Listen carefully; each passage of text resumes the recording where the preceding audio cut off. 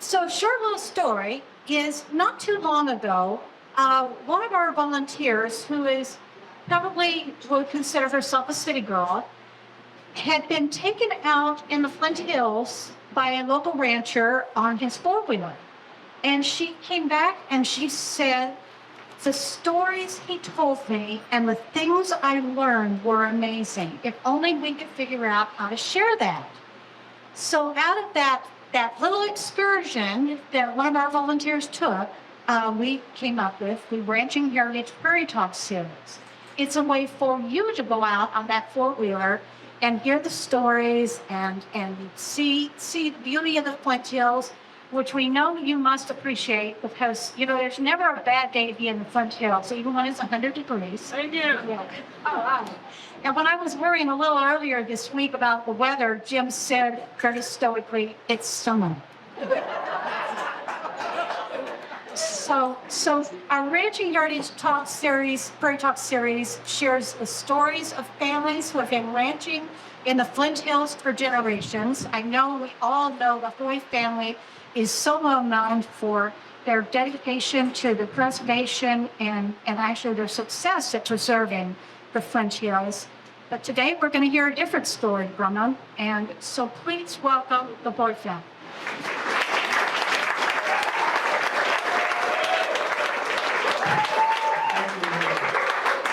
Yeah, welcome to Pioneer Bluffs. This is the headquarters of the Roadway Ranch, which began in 1859, which is quite a bit before my family moved to the Flint Hills. 1877, my great-grandfather, great-grandmother moved from Prairie County, Ohio, to Buffett County, near Sycamore Springs, which is about a couple miles west of the present town of Cassidy. And that originally it was Islam. Cassidy might still have, along with some other who had my parents and years back over the years. Well, you see here a barn. I don't know if my great-grandfather built that barn or not, but it's been a long time. It's not that tall now. 1966, a tornado came through and took the top part off. It's been kind of built.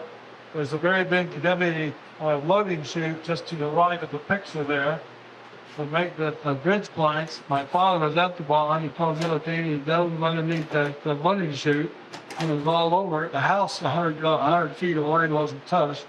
But there was a rafter broken off and a spear point about that far to his head, and it was all done. He was that close to it. You see both. I can't see you too fast. If you're getting fat, I'm talking about until like long to 50. Not maybe it's a sort of maybe I was out on there. But you see the flying age on there, and then my dad went out of heads, limbs. My grandfather ran in the late teens some cattle from the Flying H Ranch of New Mexico being pastured in out east of Cassidy, I think it was, and he saw that ground and he registered it and he kept it in the family himself. I'm going to show you a few pictures. See if this works. Yeah. This see my grandparents' house there and the barn. The barn was no longer there. Some of the cattle, some of this are putting on those colors from the 1940s. Oops. Yeah. And also his horses, was their string of brood mares. My grandfather stood a Persian stallion for a number of years, and in my memory, he had given that up for a mammoth jack and raised mules, and he stood out there as concrete mares, either the horse stud or the jack mules, because some of the mares that they raised mules with horses. These are some of our cattle. My father's later years, he generally had Hereford cattle when I was growing up, and then my uncle started in on Angus. With that snow clothes, we had black Wallis from Hall and Angus, but ended up with a lot of Freemas because he bought some Brahma calves from the roping club and raised them all up in cows. So the last cow I heard was primarily Bengals. I am there. He is. This is a pasture we rented south of Cassidy away. I think I'm probably about 7 or 8 years old there. Some cows. Some of the later ones. This is, my father lost his right arm to Grand Baylor, to Elvis Chalmers Baylor when he was 81 years old, but he didn't stop it from even tell.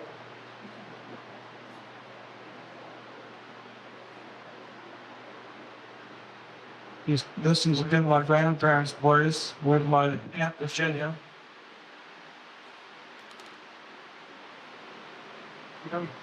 Yeah. Yeah. Oh, excuse me. I'm sorry. Yeah. This is Dad of the binding, I think, Capricorn. We had ours was a small operation. There's not a big ranch. Primarily, we had a cow herd, about 100 cows, and we owned some land and rented more for 100 cows, and then we would raise calf corn, some corn occasionally, to feed in the winter, and grew alfalfa also to feed cows in the winter, and made prairie hay. We stacked it with kind of, I don't remember my father and grandfather mowing hay with mules, but they had a tractor to mow hay. When we raked the hay with mules, my sister and I often raked the dump hay. And then my grandfather ran the go devil, would grab, pick up hay, bring it up to the haystacks, and my father ran the general hay stacker, and we stacked hay in for the winter time. Well, some haystacks, we also had some feed pumps. We stacked hay to feed that little. My understanding is that my grandfather always ran the go devil, my dad always ran the stacker, and my uncle did the stacking. Until he finally wised up at the age of about 40 and moved away. And then they had to hire some young guys to do stacking, and then I got well enough and I got to stack hay.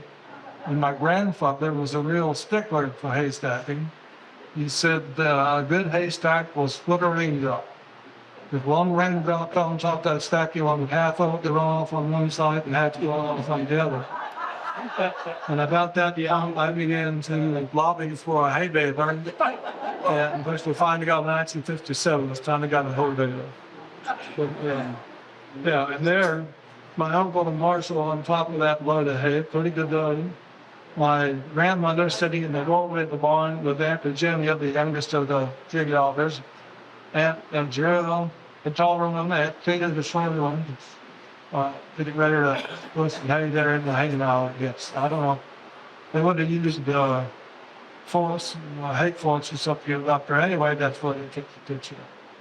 So it was a typical, the smaller farms and ranches, I think, in the Flint Hills area, Butler, Chase, Greenwood counties, and that. I have a cow herd, raised crop to feed the cows, some cash plots. So I remember 1 year we then planted some wheat. Well, mainly we just raised goats for the horses and calf corn and alfalfa and prairie for cows. This is my great grandfather, William Hoy, who came from Ohio in 1877. And there he is on the far right. And I don't know, the three girls there, great aunts. Aunt Ethel married Clark Life, one was born Adam. Aunt Loretta and Ella married Frank Goodnight from down in Ashland, Englewood, down in Clark County. Aunt Daisy married Herbert Robbins, got cast at Water Woods and switched up there, but my grandfather is standing there in the middle, and my great grandmother, Mary Ann Baird, is going to stand off to the right. So my grandfather, when he was young, probably about that age, loose herded cattle up from Cassidy up toward Jackson Ranges. There were no fences back in those days, 1870s, 80s, 90s, early 90s. And he was hired by some men from Newton to look after the cows to run down on the open range grass and then bringing in cows at night. Okay. Did you want to call a little bit about to them? Okay. You remember Mary Ann Davis of Holy over there on the far left. That's my great grandmother. Something that said I could tell a little about her. She was, I don't know, she was a midwife, I guess. In Tumble Lab would help women, giving birth in the area. And my grandfather, great grandfather, there was kind of easygoing. My great grandmother was more down to earth, I guess, and down to business. And uh, Indians would sometimes camp on the lawn, the river runs through on the property. It doesn't run through the property unless it rains a lot because it goes underground about a half mile east, comes up above ground about a half mile west. But the Indians camp along that river sometimes. And one family story is that some of them stopped, asked for something to eat, and they looked at a hog that they had a couple of hogs that they were to before, and there was a rooster that made loud noise that my great grandmother didn't like. So she gave them the rooster and the lights from the butchery, and they built a little fire on the storm shelter right next to the house and took it up and ate it and went on. I have a feeling they were probably, there were still Chevrolet trails. You could still see Chevrolet trails on the land that was plowed up when they traveled from, I suppose, the Pawnee going down, or Kansas going down into Indian territory, back and forth from there. That's my grandfather, Frank Hoyd. They named him Franklin Pierce after one of the least effective presidents of American history. I might say that, but anyway, it's he died Hoyd, grandchildren of Polly. William Hoy's grandchildren called him Pappy Hoy, and my grandfather, we all called him Dad Hoy. That's my grandmother, Dory Hoy. She was a Blydenstein, and the Blydensteins came into, I think, from Illinois into Kansas, and they had all the girls were named after flowers: Daisy, Ivan or Ivy, Rose, and Lori, and I'll think that Lily. Yes, thank you very much. Yeah, Lily. Yeah. There's my father and my mother, Kenneth and Matfield. She was a school teacher, and Dad was and that's Kathy. And she's still having them do. Not involved with this. It's been sold up with Prairie. This is my father on the left, my uncle on the right. I'm just gonna catch you here too.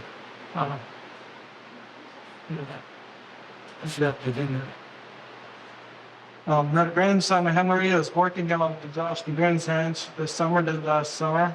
What's a horse you usually ride out there? Brutus. And what's Brutus like? Black Lard. And what color is he? He's speckled white. Speckled white, he's gray. It's not the speckled white, we like to call him gray anyway, if you say that. Yeah, anyway, that's his horse he rides a lot. Your great grandfather is on Brutus right there. And your great uncle, Marshall, is on Caesar. They have these two horses, Brutus and Caesar. They had matching mule saddles, made with junior coming out in Florida. That was 18-inch swells on the most of the 16-inch swells. They rode rocks in the pasture areas around that area and was saddled. And there is that on Cap. He said Cap is the only horse he ever had that was ground tied. And the way he phrased it was that horse would start dead 60 away from bale hay if it dropped his reins. So he didn't know it. Exaggeration, but yeah. There's my father and Kathy, and the windmill there at the Hope Place. And there's my sister and me, Rhea, with Freckles, Dusty standing behind her, the mother, the bear, and the cold Freckles there. And when you're close, mostly I love to picture horses and cows. Like horses better than cows. And my sister and I with a couple of colts, yearlings. But as you can see, over the part of the barn, the Jack, old Black Joe was what Jack's name was. He usually was supposed to be in a box stall at my grandfather's place, but he broke out a couple of times, and those years they had mule colts instead of horse colts. Kathy, you want to come talk it, and the microphone. Is this on? Okay. I thought you were gonna help me talk about the stair. Have you gone through something uptown and They're down to what? nothing so you have Okay, a little bit more. And then I'll tell you more. I went to college. I wouldn't accept my mother as a school teacher, and she insisted I go to college. I went to KU, had a scholarship there, a math scholarship. I went there 2 years. I don't know why. Well, I switched to state. There's no good reason. I just did. And got education for that. And then when I was there, I would not come out to be a rancher. I could not tell weights on cattle. If you can't judge weights on cattle, you're not going to do too well and making money with them. Cowboying, I love.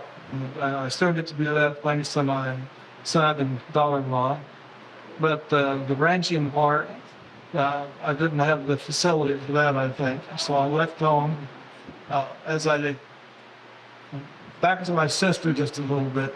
When I was 6 years old, she was 4. My father took us to the first land to help ship cattle in the summer. We used to bring in big steers in the spring on the railroad, about 40 and 45 big old Texas steers in the East Railroad car. Beginning about now, beginning mid-July, through mid-October, we shipped us the fattest ones. In fact, so now that it's the yearlings, and you bring them in at the same time, ship them at the same time. Back then, they were 2 and 3 and 4-year-old Texas steers. You bought them all in at the same time and made equal, but they would go out a few at a time, just the fattest ones at a time. Anyway, he got us started very early. We were 4 and 6 years old, shipping cattle. My sister rode. One of our favorite things, but it was raining. We couldn't do much else. We'd ride pastures. And especially, you don't want to go out to ride pastures to see if lightning had struck anything. And as we would ride pastures, my sister and I would get our father to tell stories. About the early days, or particularly recite poems. He had learned poems, Elijah Jennings McNeil, Sheridan Dried, other poems like that, and he would, Charlotte Jeffersonville, would get him to recite those poems as they go along, or would get him to talk about his dogs. My grandfather and my father hunted coyotes on horseback with greyhounds, greyhounds and sedgehounds, and they would, he had all kinds of stories about the coyote hunts that didn't tell a story. And then one of the big events in our life growing up was World War Countryman's Radio. Some of you here at World War Countryman's Radio.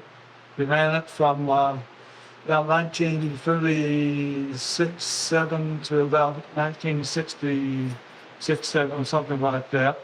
30 years we've run on that. Held in his pasture, south Cassidy, about 6 miles.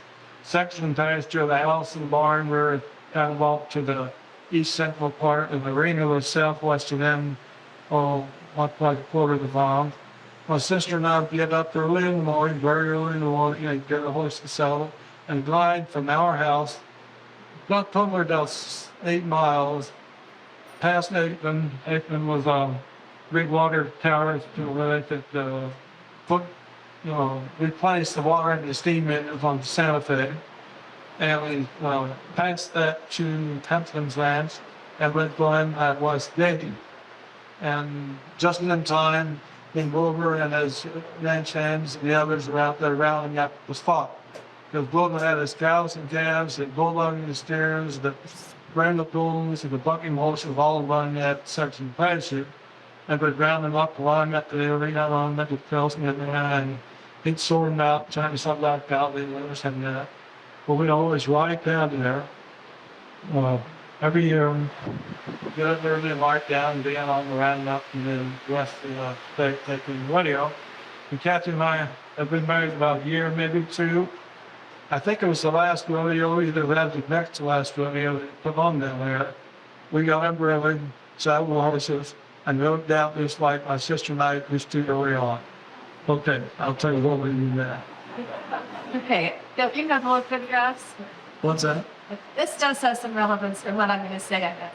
Chip and I met at K-State. I grew up in Southeast Clearance on a dairy farm. My wife's on a pony. They are divorced, and my dad helped me take some horsemen doing let me go over there and ride. But I never got really skilled at it at all.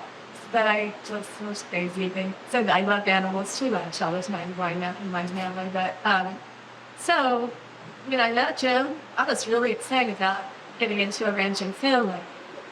And it worked out pretty well, except Chip's mom didn't ride at all. I didn't really like it, but anybody else did too much. And she was actually frightened of horses. And by the time I came in, family Rita was already married in away, so I never got to ride with her. So I was always a wannabe as far as those days. And thanks to Josh and Glenn, I got to ride a whole lot more in my own days. But we had another K-State, and got trekked down to the beautiful Flint Hills at that time. I don't know what I thought the first time I drove from Manana to Cassidy. But later I learned to love that trail, love the beautiful country. And like many converts, I became more passionate about the Flint Hills than some of the people who lived here for because it is so beautiful. I grew up in farming and things, and it was I just loved the idea that the grass just stayed there. You didn't have all the snow fields, and you didn't have you could get out any time of the year, and it was sustainable, and that you didn't have to put fertilizer on it. All those farming things I found in my background, the grass just seemed magical to me. So this is relevant because we met, we decided to get married, and Jim had a principle against engagement rings. I don't know what kind of principle it was. He didn't believe in it. So I got this beautiful Palomino horse. I felt very satisfied. I said Sterling Silver, and we all had that stuff like that back in those days. And so this is Grendel. Why? That's a Vale Mortimer. Why? I named my mare that. I'm not sure. I went Vale Love. I love the name for some reason. And I have very good memories of riding her. Jim broke her. She was raised her. She came on a bit of his horses. So, it was really that special. Engagement presents, even though, I sort of had to get talked into it at the time. So, I've been connected with this for more than 50 years. And I suddenly realized after about 13 years, hey, I'm just as much of a boy as Mary Ann Davison was, or Lori Reibenstein boy was, or Martil Rice boy was, and Vandalay. I mean, it's you just sort of think of your grandmothers as always being there. And all of a sudden, I realized, yeah, I'm like that. I've always been there for these kids. And I lost my train of thought first, but I wanted to ride. I really wanted to ride. And Jim said, kind of, the attitude that you had to be told you better stay in the house. He could be kind, but he could also be kind of indifferent, I guess. And I did learn some things because when I was riding with him and riding behind him, he would just zoom. And then it kind of a ravine that we came to. And if I went with Jim, I would just say, oh, can we find a better crossing? Not mention it. I just followed right along. He didn't even look back. He just headed down there. So I really built my confidence because he did expect me to do it. And that's always important. And after I did it, it wasn't such a big deal. So I have lots of memories. And I think even the years I go to radio. Oh, yeah. That must be genetic because that's why Henry has a huge scout on his forehead. He just followed right behind me and it ended up with that. There have been interesting women in the Hoy family, and our daughter Carol is going to talk a little bit about grandma. Are you ready for that? Hi. Yeah. My grandma Marty was, as my mom said, she never did ride. She was scared of horses. She was a complicated person and maybe an unlikely ranch wife. I think isolation got to her out there, but she worked hard. She kept the garden, kept the chickens, did the laundry, cooked huge, an excellent cook, cooked amazing meals, breakfast, lunch, dinner. Did that all the hams. Best banana cream pie in the world. She was very well read. She insisted that the entire family use correct grammar, even my grandpa, Pat Boy. And as he said, that's the reason ended up going to college. And she could talk about reciting poems. I wish I knew how many poems she had committed to memory, stories, songs that she would, and for whatever the occasion, out of the tongue to some sort of sitting and play the piano.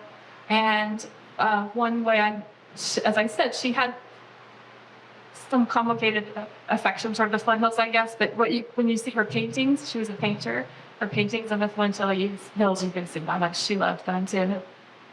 She was really fun as a grandma. She would.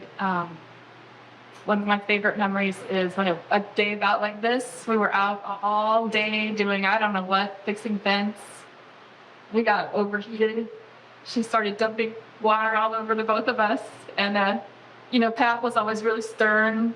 You'd be a little bit worried that we were all going to get in trouble, but then pretty soon he'd come out with a quip, something kind of funny, something a little approving, and then it was all okay.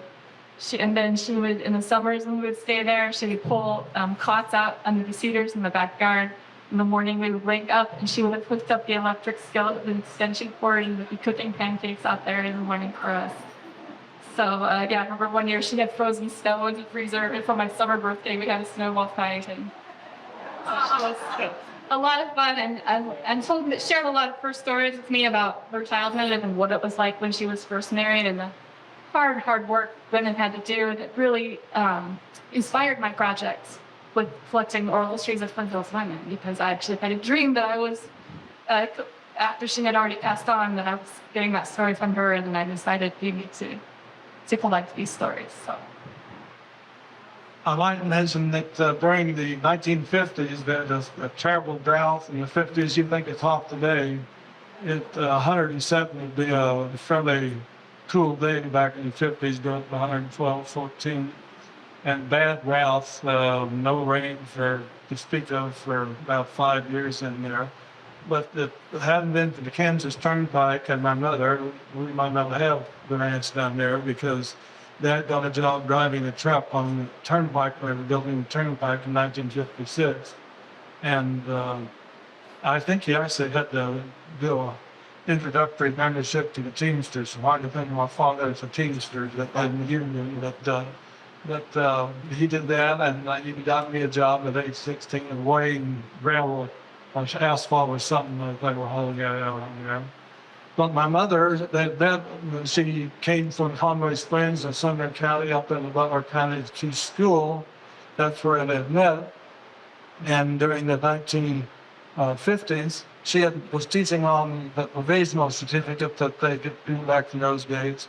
And in the 50s, and that drought hit, and Blends lost money on travel and props for 2 or 3 years in a row. But she started teaching school again and kind of carried us through on that.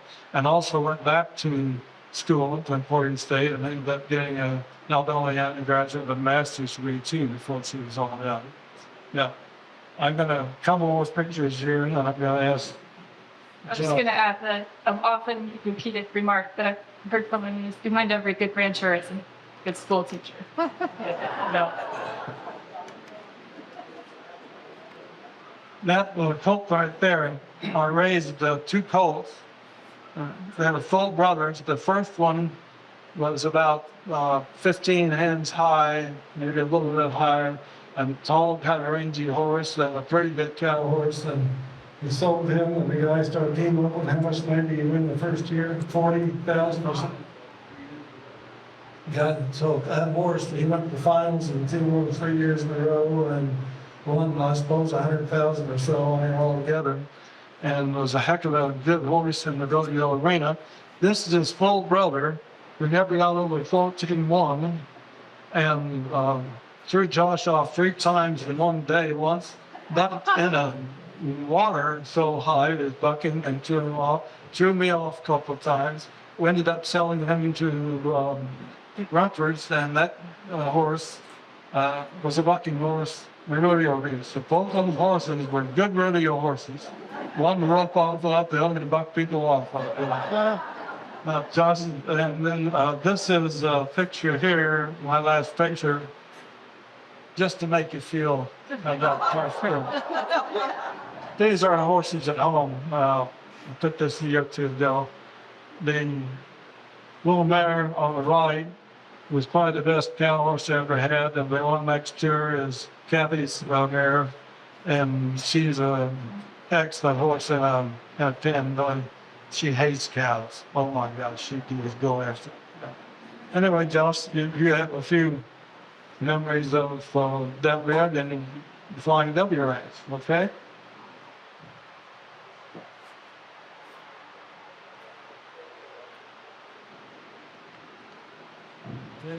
Let's change the sides.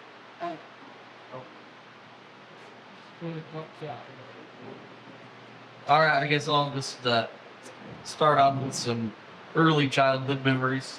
My grandma's cooking and my stoic grandfather who didn't speak much.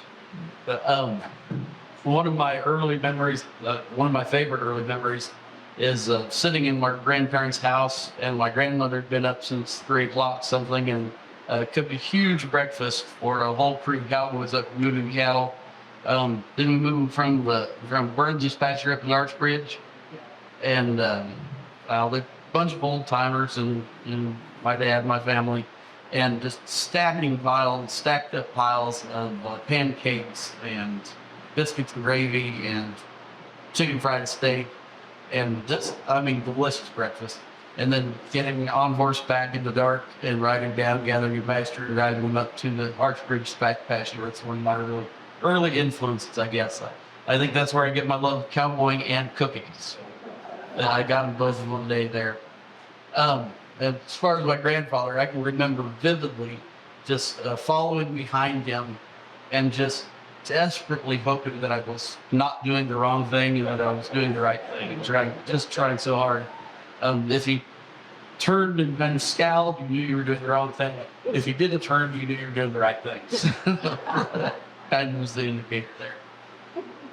But he also gets recite poetry, singing and stuff too when we were riding along sometimes. But cowboying, he was very quiet.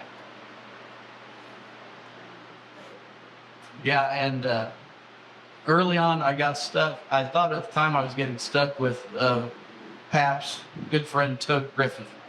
And Toad would look kind of like a toad. He was kind of short and fat and bow-legged. And he... Toad was, as Josh said, not very tall. He wore big overalls, run down, no good Acme boots. I don't know what kind of was messed up spurs, mismatched spurs. He'd only have one horse at a time. If he bought the horse and it was skinny, it'd be fat as mud, wouldn't he, mud? And he never, I don't think I ever saw him down a horse out the trot. I liked it because he looked after several sections of pasture and get some football. He'd call me to come over and rope one for him. But, and I remember one time my uncle Marshall was a hell of a cowboy, pasture cowboy and rodeo cowboy. He and Toad were working some jams with some young bucks down around Casting somewhere. And Toad was sitting in a feed buck, filling the fringes, which is what he always did when he did anything. He'd sit in the buck. I remember he worked on the turnpike and he had a heart attack. The doctor told him he had to slow down. And people at Casting said, "How's he going to slow down?" Along the way. Anyway, and these kids, these young guys, and leave those vaccinated, stuck in their hat bands, they're full of pop and all that. And they were kind of making fun of him. And Uncle Martha says, "You young kids, think you're something. You think your hands." Said, "If we had to move this whole bunch of cattle from here to Cassie, that old man and I could do it easier than all the rest you put together." Toad never got his horse out of the water top. but he was in the right place at the right time to make the cattle go where they needed to go. That was Toad. Well, in my memory of Toad is to give his horse a sip of beer every now and then. And red men chewing tobacco. Yeah, we have in almost every pasture, we have spots in the pasture we call Toad Hills. It's a big hill that you know somebody needs to be on. If they aren't there when we're bringing the cattle around, it's going to be a wreck. So you always want to be on Toad Hill when you're working out there. But like I said, I always felt like I kind of got stuck with it early on. And we just kind of walk or trot around the pasture. And pretty quickly I figured out we were always where we needed to be and that following. But when we'd gather one pasture called the Yoakum, we'd just head out from where we all started. And he and I just kind of trot up to this top of this little bluff and sit there and wait while everybody else gathered the pasture, and then we'd be right there to turn them when they needed to. But when we get to the top of that hill, that Toad Hill, we'd sit there on our horses, and he wouldn't say much or anything. But every morning he'd pull out a little flask, and he'd take the lid off, and he'd take a little toot off of it, and he'd offer it to me, and I'd say, "Oh, no, thank you." And then he'd pull out some tobacco, and he'd offer me some, and then I'd say, "No, thank you." We did that every time. So, I quickly figured out he was a hell of a handy guy. He really knew where to be and how to be there. So I consider him one of the best stockmen I was ever around, I'd say. So, yeah. What else?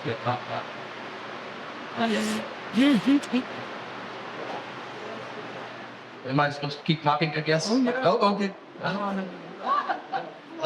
Well, I guess as I got older, I started working for other people around Cassidy. Son, go help Vester's ship. I'd go help Neil Harsh, one of my favorites, and Carl Rudder, the neighbor there. And I think Pat kind of lived vicariously through that some there in his later years, because he got me always want to know details about whatever it was I was doing helping. So it was a lot of fun. And he would I'd go with him down to ride the outriders for the Overland Station wagon train that used to be down south of Cassidy. And Uncle Marshall would go to that and be an outrider, and some with Pat. And well, I've heard a lot of stories. I heard a lot of stories that I don't think Dad ever heard. So I think Pap always gave Dad sanitized versions of things, and I got to hear a lot of details of their early years that were a lot less sanitized. So, and then I guess, fortunately, I got to grow up during that era where there was a lot of day work around, and you could go work for the ranchers, and that's just what I wanted to do. So I've been doing that the rest of my life. Had an opportunity with my cousin on the mom's side to partner up 20 years ago, almost 20 years ago. Well, it'll be 20 years ago, August 17th, so we partnered up. And we bought what became the Flying W Ranch over there at Clements, Kansas, and started the Flying W. And it's now, we're almost 7,000 acres that we run. We have a herd of cows, reminiscent of my grandfather's last herd, lots of color and ugliness. But I like my cows cheap and ugly. So that's how I like cows. They have pretty calves, but the cows are ugly.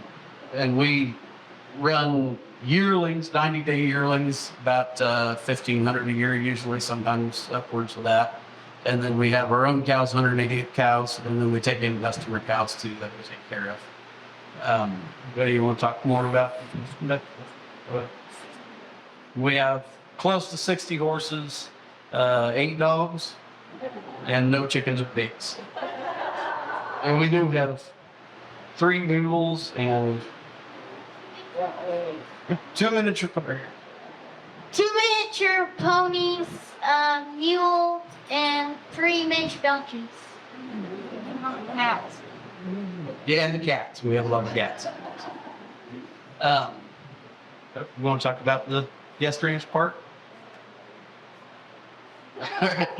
We started operating as a guest ranch too back around year 2000. And got heavier into it. my cousin was killed, that was partners with, was killed in a plane crash 12 years ago.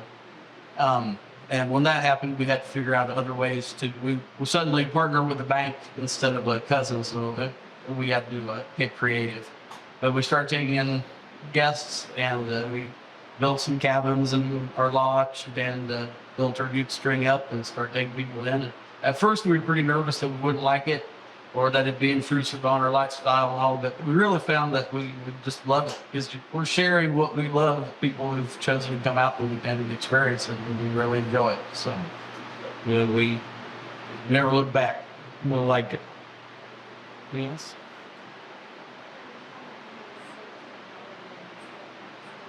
Yeah, Callaway, on dozens of ranches, I guess, all over, and had lots of adventures before I settled down and partnered up on Flying W. Like I say, I had hardly written a check or paid taxes until I partnered up. And I went from being a cowboy, which basically means you have no boss, to being my own boss, being a ranger, but that means you have debt and ulcers. So.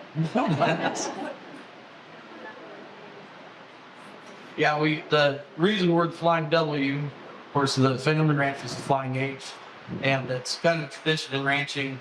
Like Charlie Goodnight, our esteemed shirt-tail relative, named his big ranch J.A. after his money partner John Adair, and since then a lot of places name or honor the money partner by naming the brand or the ranch after him. So we went, my cousin Warren, we just took that and added the wings from our Flying H and maybe Flying Up. So that's how that came about. Anything else? Yeah, I'd like to hear from Glenn a little bit, because he talked about the role that Glenn played. Marianne, the first one in the family, when they first came here, was evidently a really strong person. Besides being a midwife, she drove a wagon out to Colorado to the sheep to help her brothers set up her daughters, her husband's homestead. And we don't know too much detail about that. And she also was the one who decided when a covered wagon came through, as Amy died. And you told us yet, did you? I did. Right. And so she said, "Oh, you can bury it up here on the hill, on the corner there." And so then afterwards, she gave that as a cemetery for the community, with the stipulation that people shouldn't have to pay to be buried there. And the church was built there. At one time, they moved into Cassidy later, but that cemetery is still there. And we just got to add another 2 acres to it. But Those originally 2 acres, and they yeah, put now two it's more. 4. Ten But, more. so she was a strong woman. And Gwen Moy, that is such a complete partner on the Flying W. She does all of that work. She is an excellent horse person. She's great with the guests. But talk a little bit about what you do on the ranch.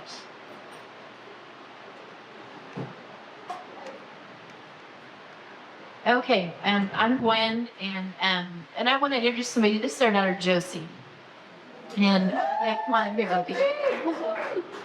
Josie's 12, and she cowboys with us every single day. There we go. Tomorrow we're taking the day off, so it's kind of a nice break. But most of the time during the summer months, so that'd be from April till August, and we get up early. Like this morning, we got up at 4:15. I'm a little tired, but it's Ann Stolstein. Where's she at? There she is. Okay, that girl back there. She helped us for years and years, and we just love her. Anyways, she kind of said it the best. And she took a picture a while back, and when your alarm goes off, you're always like, ugh. And then as soon as you get up and you get outside, you never regret it. It's just fabulous. So, really a fun way to, start your day and do everything. But, Jess and I work together on absolutely everything. It's really fun. I'm trying to think what else. We cowboy together and okay. So actually yesterday it was we just had a ball yesterday. Piper, where's Piper at? There she is. She helps us a bunch too. We kind of like our girls. we went out with the girls and Josh, and we roped 5 wild steers, and they weighed over 900 pounds each. And Josh and I caught them, and the girls helped us wrestle them down, and we tied them up and loaded them up. So we had a good day yesterday. And then today we brought in a whole bunch of cows and sorted, and had a whole crew that helped us. And but we do everything horseback. We use our 4-wheelers to bring our horses in, so it's kind of that's what we use them for. But I help with everything, and Josh and I do it together, and Josie does too. This is one of the photographs. I can't think of Duck Stremmel took this, and I think we were moving horses. Yeah, we have a deal where we move our horses. We drive them about 12 to 14 miles across the hills. We turn them out in winter pasture, and then we bring them home for the summer season. And it's just super fun, and guests come along on it. But it's just a ball. I'm trying to think what I'm running blank here. I'm sorry.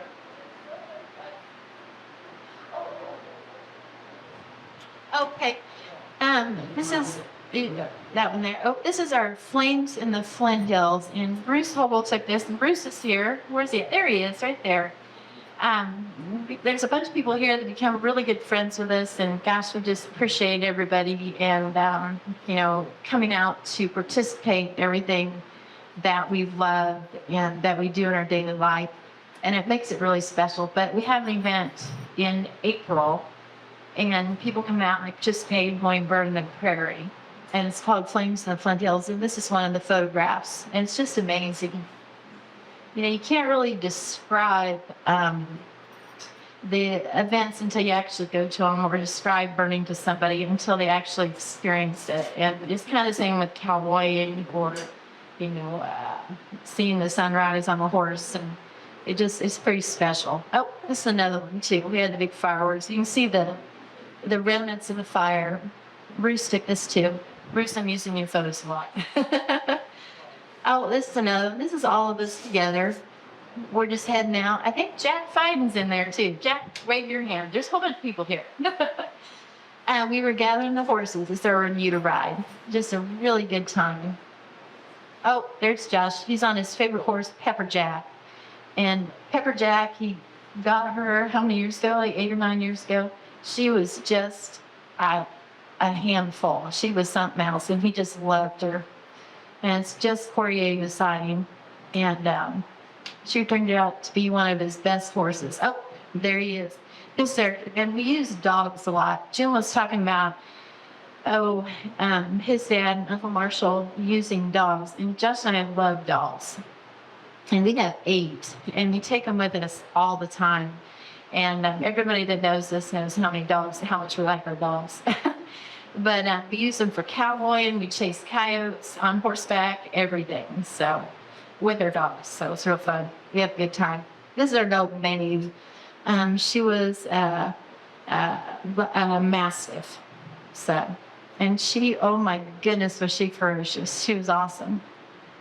Oh, there's some of the guys that helped us. Jess Poirier and Lynn Prepon. So they're getting ready to rope a steer. Here's some of our ponies. Just some other pictures. Oh, here's some of our ugly cows that Josh was talking about. Yeah. Okay, Josh wanted this. There. All right. This is a good illustration. Okay. This is kind of a good illustration of the cowboy culture right here. Jess is a kid. He's a native Chase County, he grew up here in the Flint Hills. He started helping us when I think he was 12, 13 years old. His parents would go drop him off at 4:30, 5 o'clock in the morning. He would cowboy with us all day, just like Piper is down me out. He would ruin his life, basically. We got him addicted to horses and roping and cowboying, so now he'll be stuck with it forever. But the other guy there, Lynn Preheim, he's our neighbor, and he's an attorney from Wichita that just kind of picked it up as a hobby and started coming out. But he's just as much a cowboy as Jess is now. But it's one of the few professions you can take up as an amateur and turn into a professional pretty easily. So I just want to share that. Another, my dad always tells a story about the Badger brothers and how Charlie Lips, who owned hundreds of thousands of acres or close to it out here, they looked after cattle for him, and he sends up a really hot cutting horse, I guess, from Texas that was very hot, very wild and high power. And which Badger brother was it? John Badger had been riding him, and Charlie told him to have him there. He's going to come up and help gather a pasture, I guess. And when he got there, John told him he couldn't ride that horse. And Charlie, I own him, I got him no riding. And I guess he had a big set of dinner plate spurs, and he blustered around. He got up on there, and the horse just dumped him off. And John just walked up to him, kicked him in the ribs, and said, "I told you you couldn't ride that son of a bitch." And that's an excellent example of being a cowboy. You can, nobody's your boss really. You just you can say that to a billionaire and get away with it. He's a multi-millionaire in the Great Depression, all know that stuff. And John probably making $100 a month working for him. But Charlie tried to do something he couldn't do. And I don't think that he called him the son of a bitch, because I've heard that John never swore. But other than that, it might well be a true story. Well, the other half of the story is Jess Courier, who's just a kid who was making $100 a day, probably back then. He was out helping us one time, and we had a group of people there, and one of the guys was kind of bragging how he bought out the Olathe Butte Company, and he was pretty proud of himself. But what's that? Yeah, Josie has a pair of Olathe boots on now. They used to be the best cowboy boot you could buy off the shelf. Still are. Getting there. But they kind of fell apart when this guy bought them and moved the factory out of there. And everybody was really disappointed because you couldn't buy them off the shelf for quite a while there, and had lost quality. And he'd been kind of talking about it, and after a little bit, Jess walked up to him and said, "So now, let me get this right. You're the one who shut down the Olathe boots up there?" And the guy said, "Yes." And he said, "Well, you son of a bitch," and turned around and walked away. So I think that's pretty expressive of the same cowboy spirit there.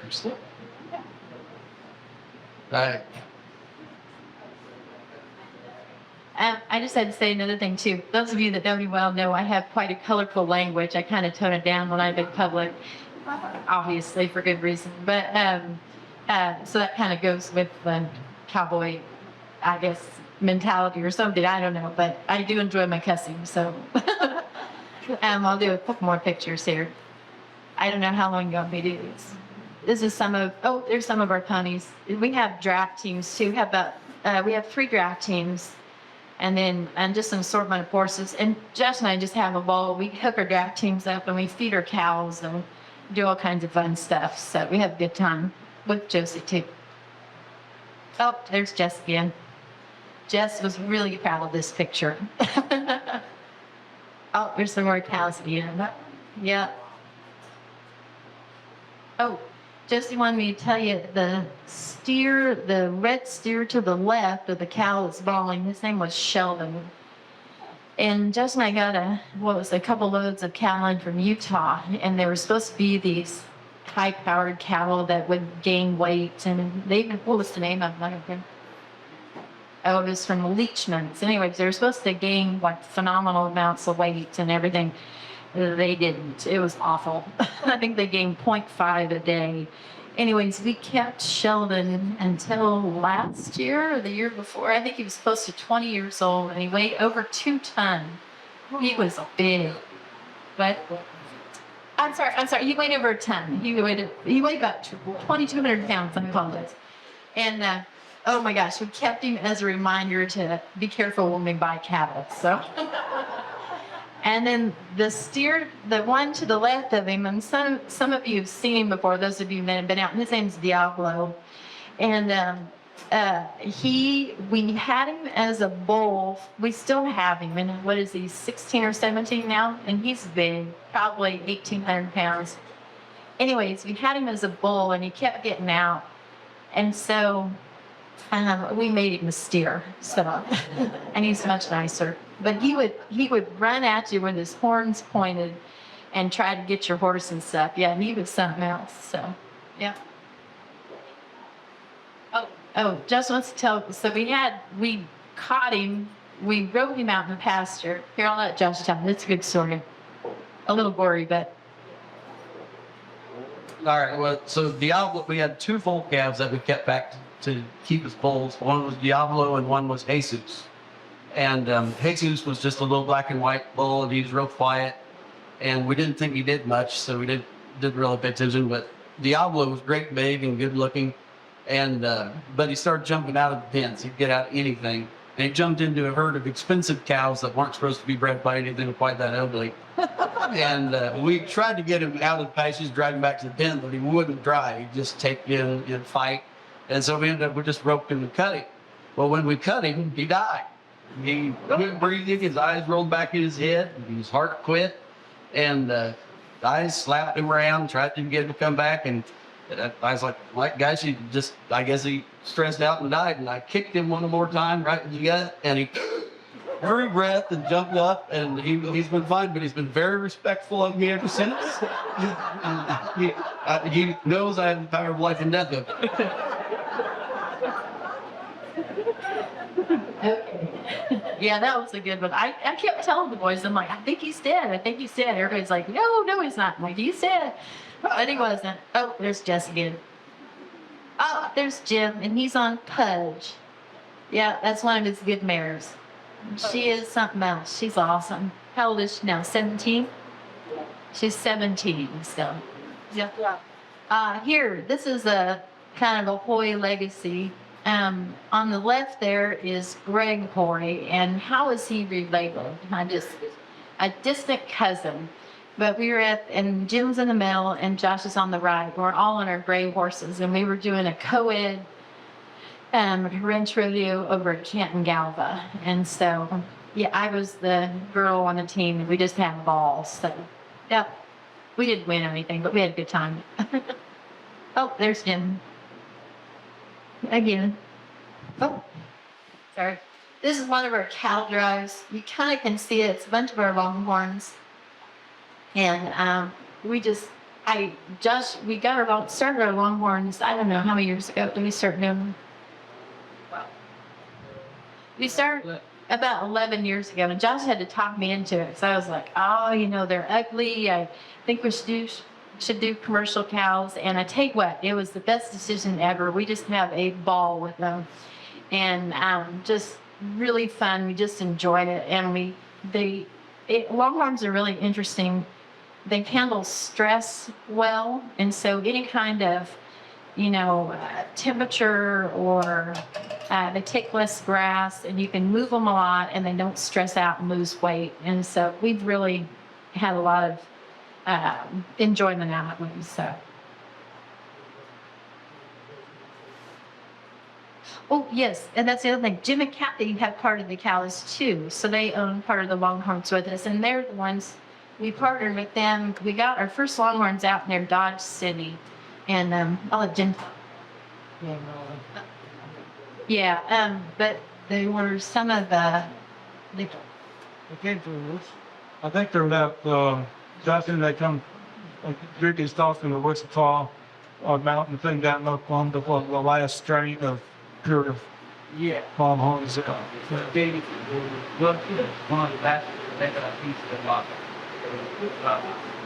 Okay, the second last batch that XIT ran sold, they took and started the kind of a desert Wichita Mountains in Oklahoma, and then, yeah. But I think it's probably about time that Kathy do everything you want. I'd like to talk a little bit about the next generation. If you're a little something, Josh, you have wanted to ask Henry something, I think, and talk. And Joseph too. And we have another granddaughter who's not here today, Lucy, who is almost 15. So she is a natural writer, just like her mother is. But they are weekend cowboys, I guess. They haven't tipped into it like the rest of the family, although they're better than Lucy on the right. But so Lucy's not here today. My name is Lynn, you mentioned her. And then I think we should hear a little bit from Henry and then from Josie. I just wanted to say one memory I have working on the flying age ranch. I was pretty young, 10, 12, 14, something like that. And we were putting out hay. And I remember my dad said, "We'll make a workaround if you guess." Despite the blatant untruth, that's it. Didn't feel very good.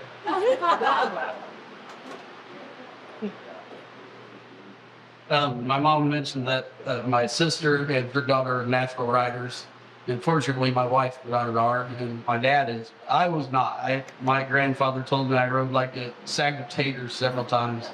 I can remember riding along, and Farrell was riding probably Cream Puff or Ryu, probably Cream Puff. I've been on Rebel probably. And you ripping Cream Puff wrecked me abroad, no trouble at all. I was slopping around like a sack of taters. And Pat just said, "You don't ride like your sister or your father." So I tried pretty hard after that to ride less like potatoes. If he said potatoes, he was being very polite. He used a stronger term.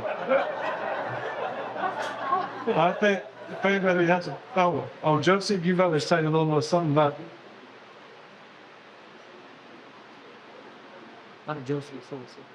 Josie's a little shy here. I'm gonna have her tell about the first pony we got her. Oh, The first pony I got was named Obi. It stood for old baby. I was 4 years old when I got Obi. Josie's a little shy. I just wanted to say that when I was pregnant, I rode with her every day almost until the day I had her. I just saddled my horse and I was like, man, I don't feel good. Anyways, I had Josie that night. But everybody was really good. Kathy helped watch her, and my mom did some, and then I had a neighbor lady that watched her as well. But when Josie was little, and she doesn't remember this, but I carried her in a little baby Bjorn, and I carried her for almost a year. And my mom made these huge sunbonnets for her, and I put her in bib overalls and little shirts, and the sunscreen on her hands, and these huge bonnets, and I'd carry her on the front of me. And I had one horse that I rode when I carried Josie, and my Aunt Diane, where's she at? Raise your hand. There she is.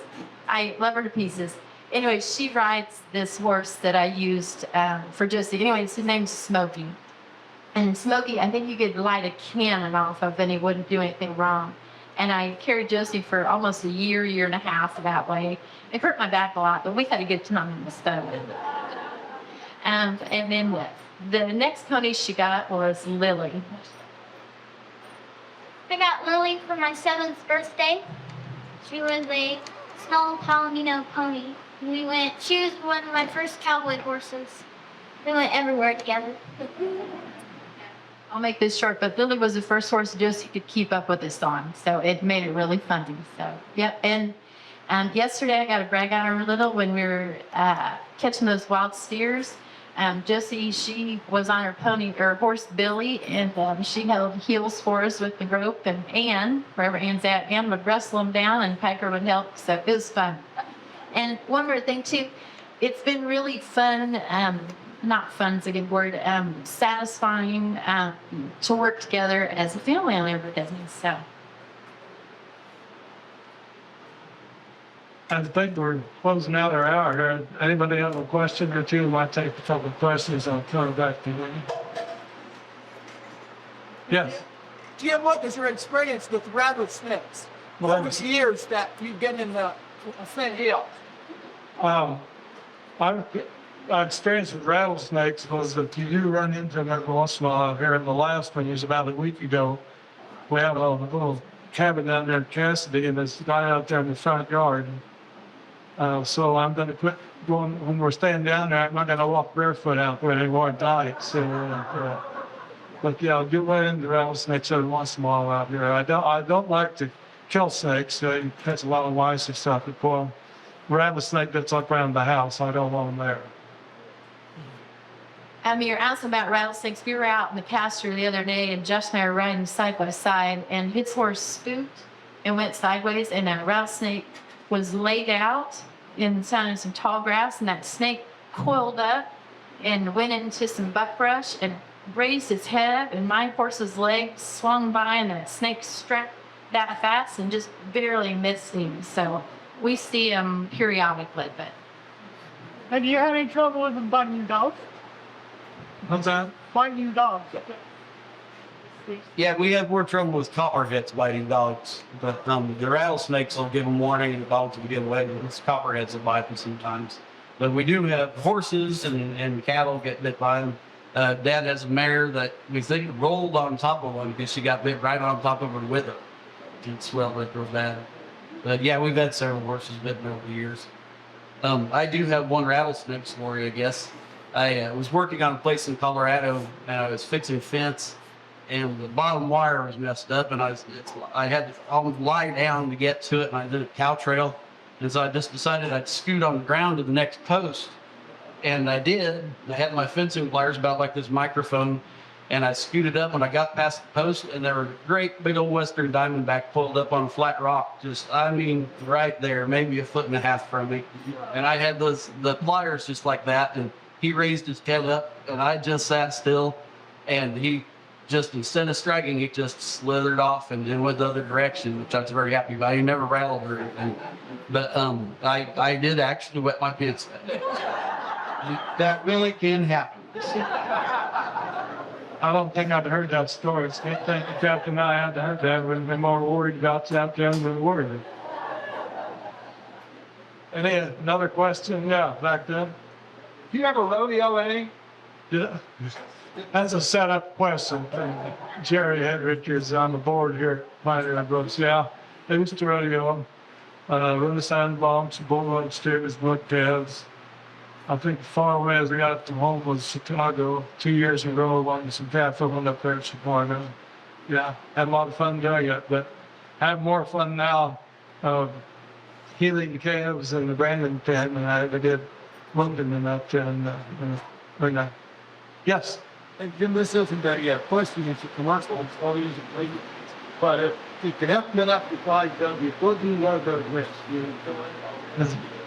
There's no sound in here. No. Because it's off. If you really just said. The mute, but. I know. You got to press the mute button. That's what my camera is. Yeah, give that back to Jack.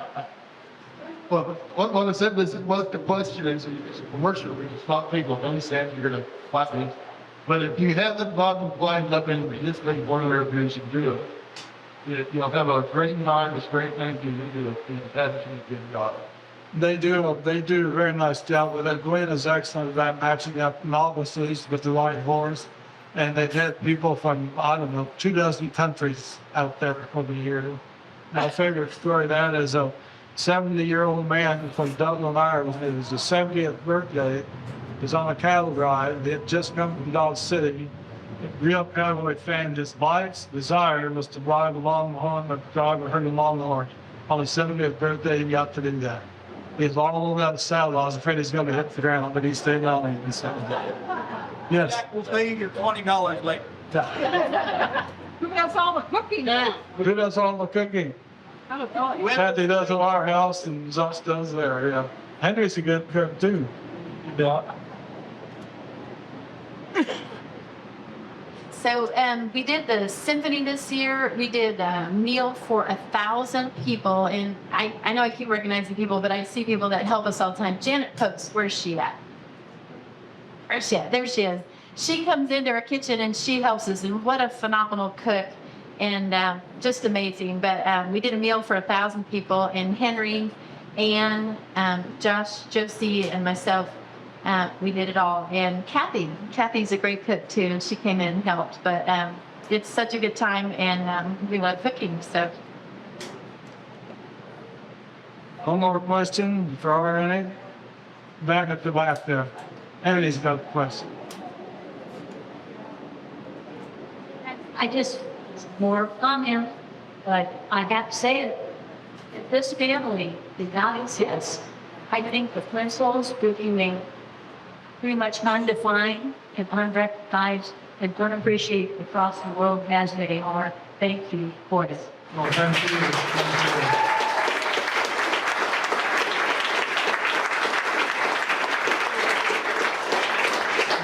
I guess we'll turn it over to you then. Okay. Well, this was great. Another great story. I'm sure I'm thankful for the boys for sharing it and for everything that they do. If this is your first time at Pioneer Bluffs, we are a nonprofit and a historic branch. We welcome you to walk in the grounds, check out our art gallery in the house. We have history gallery in the red building, which is also the Prairie and Heritage House. We have some great volunteers back here, and they can answer all your questions. And we've got upcoming events just like this, and things happening all year long. In large part of this year is it made more possible because of divine renovation that happened last fall, and John Wilson is just a great part of that, along with all of the farm volunteers. And the sound system is relatively new, in case you didn't figure that out. Back in the back, Annie's down at the table with Jim's books. I don't know, will you sign a few of them? Yeah. So Jim will stick around with sign if you like. There's a great one that I love playing with. This new one with fighting is Prairie Fire, and it's got an interactive app on it, so you can watch the Prairie Fire book and follow her iPad. Let's see what else. Oh, and they also have past Rankin Heritage Prairie Talk DVDs. Now, these are being recorded by Linda Drake and the Chase County High School students, and we're really grateful to them for that. And they will be editing this talk and have it available probably in a month or so when they get back to school. And it will also be available for sale. But for now, we've got the ones in the past, including one that Farrell did on Flint's minutes. So lots of things happening, and that's not my volunteers. What else have we got? Thank you all very much. And thank you all.